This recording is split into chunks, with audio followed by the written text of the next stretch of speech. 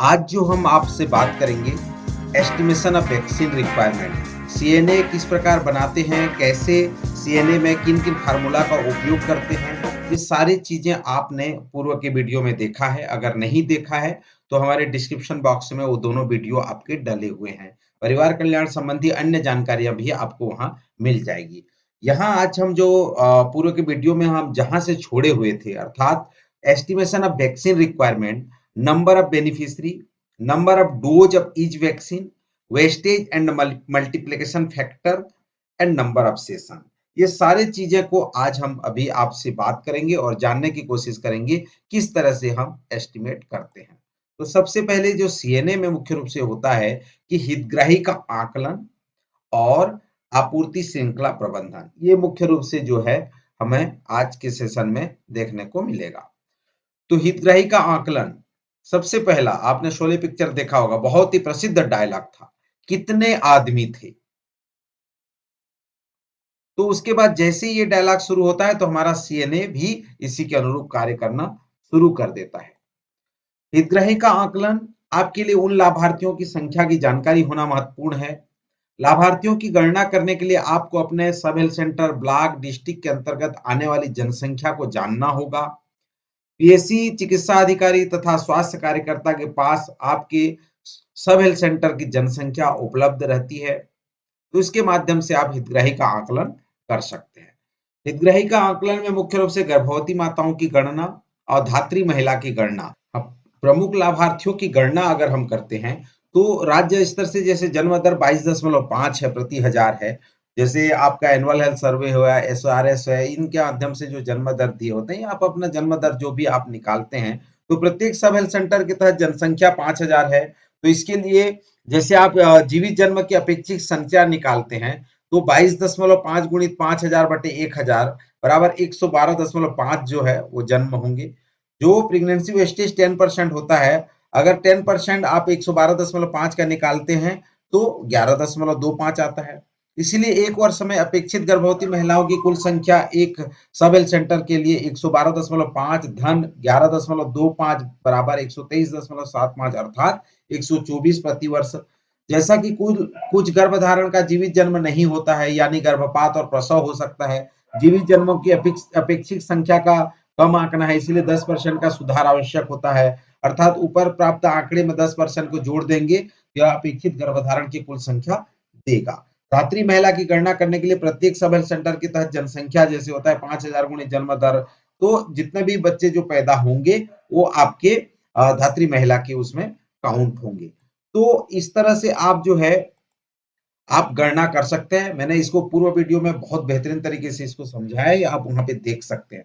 जैसे कि आप कुल लाभार्थियों की गणना करना चाहते हैं तो 0 से 1 वर्ष के बच्चे कितने होंगे, 0 से 5 वर्ष के बच्चे कितने होंगे, 6 से 1 साल के बच्चे कितने हैं, 9 माह से 1 वर्ष के बच्चे कितने हैं, 6 माह से 5 वर्ष आयु वर्ग के कितने बच्चे होंगे, 9 से 5 वर्ष आयु के कितने होंगे, 5 से 9 वर्ष की आयु के कितने परसेंट होंगे, 10 से 19 वर्ष की आयु के कितने परसेंट होंगे, 15 से 49 वर्ष की आयु के कितने परसेंट महिलाएं होंगे। ये सभी जानकारियां जो है आप पहले से ही प्रिपेयर कर लें, अपने एक डायरी में मेंटेन कर लें, और ये संख्या को आपको कैलकुलेट आना चाहिए, क्योंकि आपकी जनसंख्या बढ़ेगी तो आपके जो आंकड़े भी है वो चेंज होंगे। तो ये आप इसको नोट कर लीजिए और अपने उसमें डायरी में मेंटेन कर लीजिए।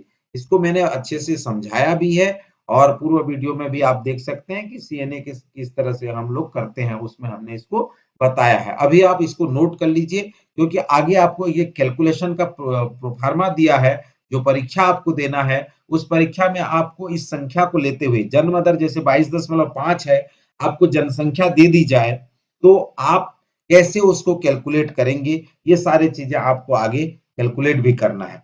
तो आइए आगे देखते हैं। आईएफए लाल गोली की आपूर्ति गणना। आईएफए लाल गोली की संरचना को पहले देखें तो एनीमिया मुक्त भारत की गाइडलाइन के अनुसार 60 मिलीग्राम एलिमेंटल आयरन और 500 माइक्रोग्राम फोलिक एसिड से आईएफए लाल गोली बनी है। गर्भवती धात्री महिलाओं हेतु आवश्यक गोलियों की संख्या अगर हम निकालें तो वार्षिक गर्भवती महिलाओं की संख्या जो भी आपकी है उन गुणित 180 गोली प्रति महिला, मतलब 180 गोली हम प्रति महिला देते हैं, धन वार्षिक धात्री महिला जो पीएनसी होता है उनको भी हम 180 गोली देते हैं। धन 15 से 49 वर्ष की प्रजनन आयु वर्ष की महिलाएं इंटू 52 गोली, ये 52 गोली हम लोग 15 से 49 साल के प्रजनन आयु वर्ग की महिलाओं को हम लोग जो गोली देते हैं। तो ब्लॉक में लक्षित एनीमिक गर्भवती महिलाओं हेतु गर्भावस्था के दौरान 360 गोलियों की गणना की जानी है। प्रदेश में लगभग 40% महिलाएं एनीमिक है, 2/5 गर्भवती महिलाएं, मतलब 40% गर्भवती महिलाएं। तो इस तरह से जब आप गर्भ आवश्यक गोली की गणना करेंगे तो वार्षिक गर्भवती महिलाओं की संख्या गुणित 180 उसको जोड़ना है, वार्षिक धात्री महिलाओं की गुणित 180 गोली प्रति महिला, फिर 15 से 49 वर्ष के प्रजनन आयु वर्ग की महिलाएं गुणित 52 गोली। इस प्रकार से आप इसको जोड़ करके आपको आईएफए गोली की डिमांड करना है। तो जितने भी फार्मासिस्ट हैं और जो इस डीबीडीएमआईएस या जो डिमांड करते हैं उनको ये जानकारी रखने की जरूरत होगी। यहाँ पे एक छोटा सा अभ्यास हम करते हैं, ठीक है। अभ्यास ये करेंगे कि आपको सभी लोग नोट कर लीजिए, आपको जनसंख्या दी गई है, जैसे 4 लाख है, 36,76,000 है, 34,05,000 है, 47,72,000 है। ये जनसंख्या आपको दी गई है। बर्थ रेट आपको 22.5 दिया गया है। आपको बर्थ रेट के साथ संभावित धात्री महिलाएं आपको कैलकुलेट करना है, संभावित गर्भवती महिलाएं आपको निकालना है। 180 टेबलेट कितने को दी जाएगी, 180 टेबलेट और कितने को दी जाएगी, 360 टेबलेट कितने को दी जाएगी, कुल कितना और अतिरिक्त आवश्यकता कितना है, कुल आवश्यकता कितनी होगी, ये कैलकुलेशन आपको स्वयं करना है। तो मैं आपको यहाँ पे बताना चाहूंगा कि 4 लाख की जनसंख्या में 22.5 पर थाउजेंड के हिसाब से करते हैं तो हम एक कैलकुलेशन शीट पे पहुंचते हैं। देखिए कैसे, यहाँ पे आप देखिए जो 4 लाख गुणित 22.5 बटे 1000 बराबर 9000। संभावित धात्री महिलाएं कितने होंगे, 9000 होंगे। संभावित गर्भवती महिला में हमको क्या करना होता है, 10% प्रेगनेंसी वेस्टेज को जोड़ देना होता है। 9000 का 10% कितना होगा, 900। तो 9900 यहाँ पे होता है। अब यहाँ पे देखिए a इंटू 180, अर्थात यहाँ पे जो आपका कॉलम है 9000 गुणित 180 बराबर कितना हो गया, 16,20,000। फिर यहाँ पे क्या बोलता है कि संभावित गर्भवती महिलाएं गुणित 180 इंटू 3/5 मतलब 60%, ठीक है। 60% लोग, क्योंकि यहाँ 40% लोग एनीमिक हैं जिनको हम 360 गोली देंगे और 60% जो ऐसे हैं जो एनीमिक नहीं है उनको 180 गोली देंगे, ठीक है। तो ये फार्मूला क्या बोलता है, संभावित गर्भवती महिलाएं गुणित 180 इंटू 3/5, ठीक है। आपने यहाँ पे कैलकुलेट कर लिया तो कितना आया, 10,69,200। उसी प्रकार अगर बी में देखिए, बी कितना है, 9,900 गुणित 360 इंटू 2/5 मतलब 14,25,600। इस प्रकार कुल कितना हो गया, 41,14,800। इसमें से 10% अतिरिक्त आवश्यकता की हम बात करते हैं तो कितना होगा, 41,000 नहीं 4,11,480। 4,11,480 जो है ये आपके अतिरिक्त आवश्यकता होंगे और दोनों को अगर जोड़ देते हैं एफ और जी कॉलम को तो ये आपका 4,52,00,000 नहीं, कई दही सैकड़ा हजार 10,000 लाख 10 लाख 45,26,280 गोली, ये जो संख्या है इतने के लिए हमको डिमांड करना होगा। अगर हम इसी को ड्रैग कर देते हैं तो हमारे पास जो डेटा आ जाता है कि ओवरऑल अगर हम कुल आवश्यकता की बात करें इन जनसंख्या के लिए तो आपको यहाँ पे पूरे कैलकुलेशन शीट में दिखाई दे देंगे। तो मित्रों आप भी इस तरह से जो भी डिमांड है, जो भी आप प्लान कर रहे हैं उनका एक एक्सेल में फार्मूला बेस तैयार करके आप उसका डिमांड कर सकते हैं और बेहतरीन तरीके से उसको मेंटेन भी कर सकते हैं। तो यहाँ पे आपने देखा और इसको आगे जो है आप कंटिन्यू तैयार कर लीजिएगा। आईएफए नीली गोली आपूर्ति की गणना करना है। तो आईएफए नीली गोली की संरचना अगर देखें तो एनीमिया मुक्त भारत की गाइडलाइन के अनुसार 60 मिलीग्राम एलिमेंटेड आयरन और 500 माइक्रोग्राम फोलिक एसिड होता है। स्कूलों हेतु आवश्यक गोलियों की संख्या बराबर स्कूल में जैसे 6 से 12वीं कक्षा के विद्यार्थियों और शिक्षक की संख्या जो होगा उससे गुणा करेंगे 52 गोली प्रति वर्ष। सप्ताह में एक गोली देना होता है, ठीक है। तो 52 सप्ताह होते हैं तो 52 सप्ताह में को आपको उतना से गुणा कर देना है, प्लस 10% अतिरिक्त आवश्यकता आपको डिमांड करना है। जब भी आप डिमांड करेंगे तो ये फार्मूला को याद करिएगा, टोटल जितने भी स्कूल में बच्चे हैं और शिक्षक है गुणा 52 गोली और प्लस उस जो वो आएगा जो निकल के आएगा उसमें 10% एक्स्ट्रा आपको मांगना है। आंगनबाड़ी हेतु भी सेम है। आंगनबाड़ी में जो 10 से 19 वर्ष की स्कूल न जाने वाले किशोरी हैं उनकी आवश्यक गोलियों की संख्या का अगर आकलन करेंगे तो स्कूल न जाने वाले किशोरियों की संख्या, आंगनबाड़ी कार्यकर्ता और सहायिका की संख्या गुणा 52 करके उसमें भी 10% आपको अतिरिक्त डिमांड करने की आवश्यकता होगी। आईएफए गुलाबी गोली की आपूर्ति की गणना। आईएफए की गुलाबी गोली की संरचना जो है 45 मिलीग्राम एलिमेंटल आयरन और 400 माइक्रोग्राम फोलिक एसिड के बना होता है। एक गुलाबी गोली प्रति सप्ताह स्कूल में भोजन के 1 घंटे पश्चात अध्यापक की निगरानी में 5 से 10 वर्ष तक के बच्चों के लिए अर्थात कक्षा 1 से 5वीं तक के बच्चों के लिए। इसमें भी फार्मूला सेम है। स्कूलों में विद्यार्थियों की और शिक्षक और रसोइयों की संख्या गुणित 52 गोली प्रति वर्ष प्लस 10% अतिरिक्त आवश्यकता। तो हर हफ्ते नीली गोली लेकर हम बने सुस्त से चुस्त, ये बातें बन सॉलिड बनो इंडिया के तहत है। आयरन सिरप की आपूर्ति की गणना। आयरन सिरप की संरचना प्रति मिलीग्राम 20 मिलीग्राम एलिमेंटल आयरन और 100 माइक्रोग्राम फोलिक एसिड के रूप में आयरन सिरप बना है। बोतल में है 60 मिली ऑटो डिस्पेंसर के साथ 1 मिली सप्ताह में 2 दिन देना है। 6 माह से 5 वर्षों के बच्चों के लिए है। आवश्यक आयरन सिरप 60 मिलीग्राम बोतल की गणना 5 वर्ष तक के बच्चों की संख्या गुणित 2 अर्थात वर्ष में 2 बार। तो ये सीधे जनपद और सीएससी से एनएम के माध्यम से इसको गणना करती जाती है।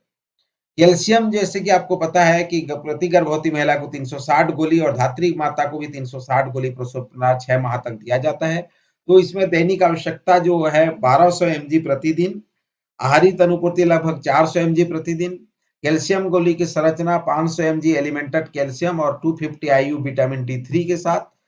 इसका वितरण प्रति गर्भवती महिला को 360 गोली और धात्री माता को भी प्रसव उपरांत जो है 6 माह तक 360 गोली दी जाती है। विटामिन ए की आपूर्ति की गणना। आयरन सिरप की संरचना विटामिन ए सिरप की संरचना 1 लाख IU प्रति जो यूनिट है प्रति मिलीलीटर में होता है। उम्र के अनुसार विटामिन ए की खुराक होती है। पहली खुराक 9 से 12 माह तक के बच्चों को आधा चम्मच अर्थात 1 मिली या 1 लाख IU खसरा एवं रूबेला के टीके के साथ दिया जाता है।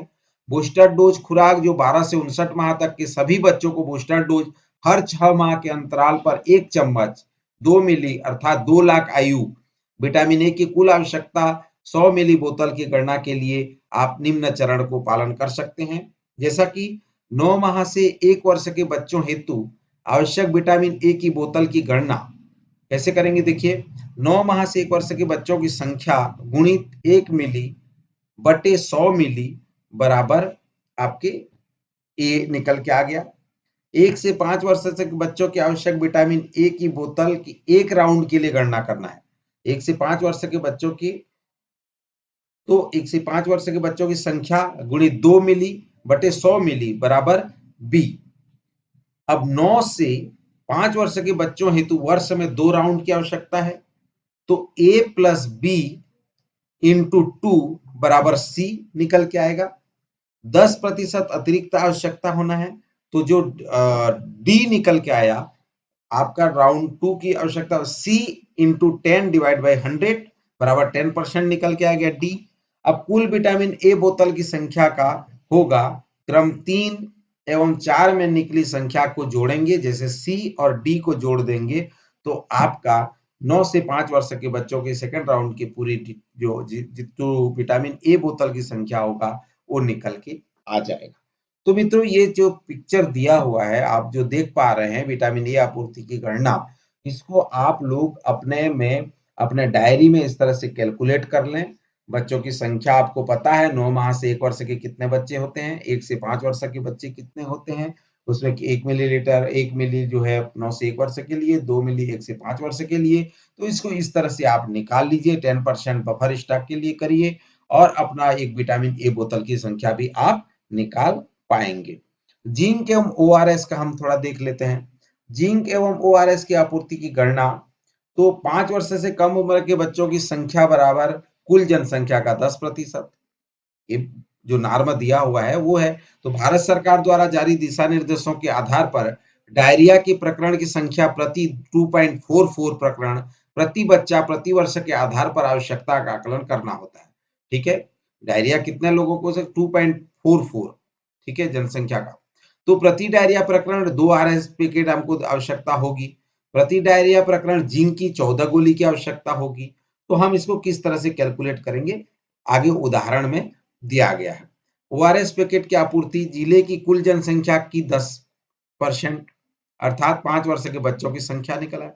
कुल डायरिया प्रकरण बराबर 2.44 प्रति बच्चा प्रति वर्ष गुणित 5 वर्ष के बच्चों की संख्या, जो 5 वर्ष के बच्चों का आप संख्या निकालें उससे गुणा कर सकते हैं। ओआरएस की वार्षिक आवश्यकता का आकलन बराबर कुल डायरिया प्रकरण गुणित 2 पैकेट, ठीक है ना। उदाहरण के लिए छत्तीसगढ़ में ओआरएस की आवश्यकता की गणना हम एक अनुमानित जनसंख्या लेते हैं। रायपुर की अनुमानित जनसंख्या मान लीजिए आपका 31,08,367 है। तो 31,08,367 का 10% निकालेंगे तो कितना हो जाएगा आपका, 3,10,836 हो जाएगा। वर्ष में कुल डायरिया प्रकरण कितना होंगे, 3,10,836 गुणित 2.44, अर्थात कितना हुआ, 7,58,440। वार्षिक ओआरएस पैकेट की आवश्यकता कितनी होगी, जितना केसेस होंगे उसका गुणा 2, अर्थात कितना होगा, 15,16,880। अतिरिक्त आवश्यकता 10% आप मान लीजिए, तो इसका 10% कितना होगा, 1,51,688। अब दोनों को जोड़िए, 1,51,688 प्लस आपका 15,16,880, इस दोनों को जोड़ने से कितना आया, 16,68,568। इस प्रकार जो है आप ये पूरे गणना आप कर सकते हैं। जिंक की गोली के लिए आप क्या करना होगा, जिंक की गोली हम कैसे करते हैं, देखिए यहाँ पे कुल डायरिया प्रकरण कितना है आपका, 7,58,440।